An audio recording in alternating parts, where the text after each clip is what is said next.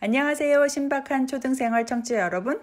최근 영어와 관련된 주제로 나눈 우리 얘기를 좀 보면요. 주로 초등 고학년들을 위한 것들이었던 것 같아서요. 오늘은 초등 저학년을 위한 내용을 준비해 봤습니다. 아마 대부분의 초등 저학년은 파닉스로 영어를 시작할 텐데요. 영어를 읽기 위한 기초를 다지는데 유용한 공부 방법이라 볼 수 있죠. 예전에는 파닉스를 초등 1, 2학년 영어 방과후 프로그램을 통해서 배울 수 있었는데 코로나 이후에는 방과후 프로그램 참여가 어려워지면서 주로 집에서 학부모님들이 직접 교재를 구매해서 파닉스를 가르치고 계시는 분들도 꽤 있는 것 같더라고요. 근데 시중에 나와 있는 좋은 파닉스 교재를 골라서 워크북까지 꼼꼼히 시켜도 아이가 금세 영어 단어를 읽기에 능숙해지지 않아서 고민인 경우가 종종 있죠. 일단 영어를 읽을 수 있어야 그 다음 단계 학습으로 넘어갈 수 있으니까 학부모님들이 조급해지시는 경우도 되게 많이 보는 것 같아요. 사실 저는 파닉스에 대해서는 영어 문법 공부에 대해서와 비슷한 생각을 갖고 있는데요. 그러니까 이게 명시적으로 꼭 배워야 하는 건지 아니면 그냥 책을 읽거나 비디오를 보면서 자연스럽게 습득되어야 되는 건지 사이에서의 선택이거든요. 둘 다 장단점이 있긴 한데 초등생 아이들을 많은 학부모님들이 아이가 파닉스가 안 되면 좀 불안해 하시기도 하고 또 파닉스가 되면 다음 단계의 영어 학습으로 넘어가는데 확실히 도움은 되죠. 그래서 오늘은 전문가를 모시고 파닉스에 대해서 알아보는 시간을 가질까 합니다. 안태현 교수님 안녕하세요.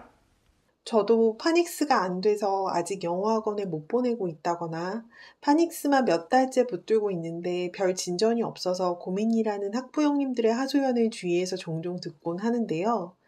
사실 영어 교육 전공이라도 파닉스를 어떻게 가르치는지는 배우지 않잖아요. 그래서 막상 저희 아이들을 가르치려니까 저도 사실 굉장히 난감하더라고요. 일단 저는 한 살이라도 더 먹은 상태에서 파닉스를 시작하는 게 좋겠다라는 생각을 가지고 있었어요. 그래야 영어 소리의 규칙에 대한 설명을 잘 이해하고 적용할 수 있을 거라고 봤거든요. 그래서 저희 큰아이와 작은아이 모두 초등학교 3학년이 되어서야 파닉스를 배우기 시작했는데요. 얼추 영어를 읽게 되기까지는 4개월에서 6개월 정도 걸리더라고요. 물론 이때도 2음절 이상 되는 긴 단어는 잘 못 읽었지만요. 결과적으로 영어 읽기를 하게 되긴 했지만 막상 그때는 파닉스 교재만 충실히 했었기 때문에 아이들이 그다지 즐겁게 공부했던 것 같지는 않아요. 파닉스를 너무 학습적으로만 접근하다 보니까 영어를 별로 재미없어하는 부작용이 생겼던 거죠. 만약 교수님께서 아이들에게 파닉스를 처음부터 다시 가르칠 수 있다면 뭘 다르게 하실 것 같으세요? 아마도 파닉스 교재에 나와 있는 단어의 뜻 정도는 가볍게 넘어갔을 것 같아요. 파닉스는 어디까지나 영어 소리의 규칙을 공부하는 거잖아요. 그러니까 마치 어휘집에 단어 익히듯이 뜻을 열심히 외우게 할 필요는 없었는데, 저도 모르게 아이한테 단어의 뜻을 잘 숙지했는지 확인했던 게 좀 후회되더라고요. 두 번째로는 파닉스 교재에 나온 단어랑 라임을 이루는 단어들을 아이랑 같이 만들어 보고, 만들어 본 단어는 어떻게 읽으면 되는지 연습을 많이 했을 것 같아요. 보통 파닉스 교재의 구성도 라임을 이루는 단어들끼리 묶어서 같이 나오긴 하는데요. 교재에 나온 단어랑 같은 소리로 끝나는 새로운 단어를 많이 만들어 보고 큰 소리로 읽어보는 놀이를 하는 거죠. 네, 말씀하신 대로 영어권 나라에서는 라임을 다루는 단어를 여러 개 나열해 놓고 파닉스를 가르치는 경우가 되게 흔하죠. 라임이라는 게 쉽게 말해서 힙합 가수들이 랩 가사를 쓸 때 운율을 살리려고 같은 소리를 반복하는 걸 생각하시면 돼요. 파닉스에서는 beach, teach, peach, bleach처럼 모음 더하기 자음의 마지막 음절이 같은 단어를 rhyming words라고 하거든요. 우리말로는 가군이라고 하는데 우리말 시조에서 주로 많이 나오죠.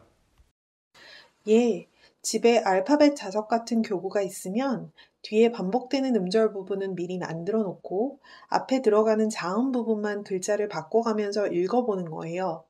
전혀 말이 안 되는 단어라도 상관없으니까 넌센스 단어 만들기 게임이라고 이름을 붙이고 존재하지 않는 라이밍 월드를 많이 만들어서 새로 배운 영어 소리의 규칙을 적용해 보는 거죠.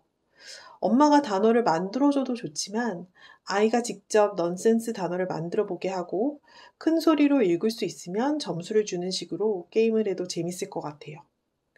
실은 제가 가르치는 체육대학 학생들 중에도 가끔 가다가 영어를 잘 못 읽는 친구들이 있는데요.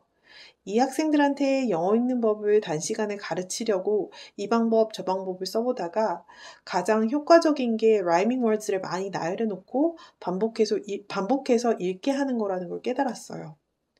물론 제 학생들은 성인 학습자이긴 하지만 초등학교 저학년 때 운동에 두각을 보여서 선수 생활을 일찍 시작해서 영어 실력이 초등학교 1, 2학년 수준에 머물러 있는 케이스들이거든요. 그래서 이 방법을 실제 초등학생들에게 사용해도 많은 효과가 있을 거라 생각됩니다. 네, 그렇군요.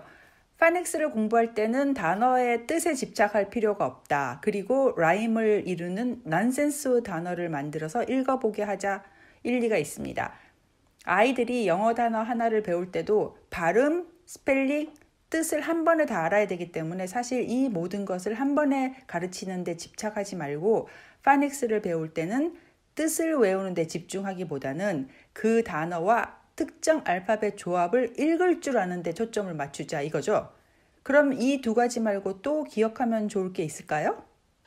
파닉스 교재를 보다 보면 영어 발음에도 예외의 규칙이 적용되는 글자들이 있다는 걸 아실 거예요. 같은 OW라도 아래로라는 뜻의 down에서는 아, 우 소리가 나고 높이가 낮은 이라는 뜻의 low에서는 오, 우 소리가 나잖아요. 이런 경우는 정말 케이스 바이 케이스로 외워야 하는 것이기 때문에 일단 OW가 아우나 오우 소리가 나는구나 라는 걸 아이가 숙지했으면 나중에 영어 동화책을 읽으면서 문맥 속에서 자연스럽게 뜻과 함께 소리를 익히도록 하는 게 좋을 것 같아요. 그리고 보통 알파벳 U는 장모음일 때 U라고 읽는데요. 규칙이라는 뜻의 룰 같은 단어는 예외적으로 장모음 U가 우 소리를 내는 경우거든요. 같은 장모음이 들어간 귀여운이란 뜻의 cute하고 소리가 다르잖아요. 이럴 때는 룰의 반칙이라고 하시면서 아이가 재미있게 기억할 수 있게 하면 되지 않을까 싶습니다. 오, 룰의 반칙이라. 정말 기억하기 좋은 방법이네요. 그리고 유튜브 같은 데 찾아보시면 너서리 라임이라고 해서 라임이 붙은 단어가 잔뜩 나오는 노래나 챈트가 많이 있는 건 이미 다 아실 텐데요. 오늘 안 교수님께서 말씀하신 방법과 함께 이런 노래나 챈트를 병행해서 파닉스를 해보면 어떨까요? 너서리 라임에 나오는 라이밍 월드를 한두 개 골라서 새로운 라이밍 월드를 만들어보고 그 새로운 라이밍 월드에 너서리 라임 노래에 바꾸어서 넣어 불러보는 거죠. 이렇게 하면 아이들이 훨씬 더 재밌고 또 체계적으로 입에 짝짝 붙는 영어 공부를 할 수 있을 것 같아요. 그러면 쉬운 것부터 아이와 함께 꼭 도전해 보시기 바랍니다.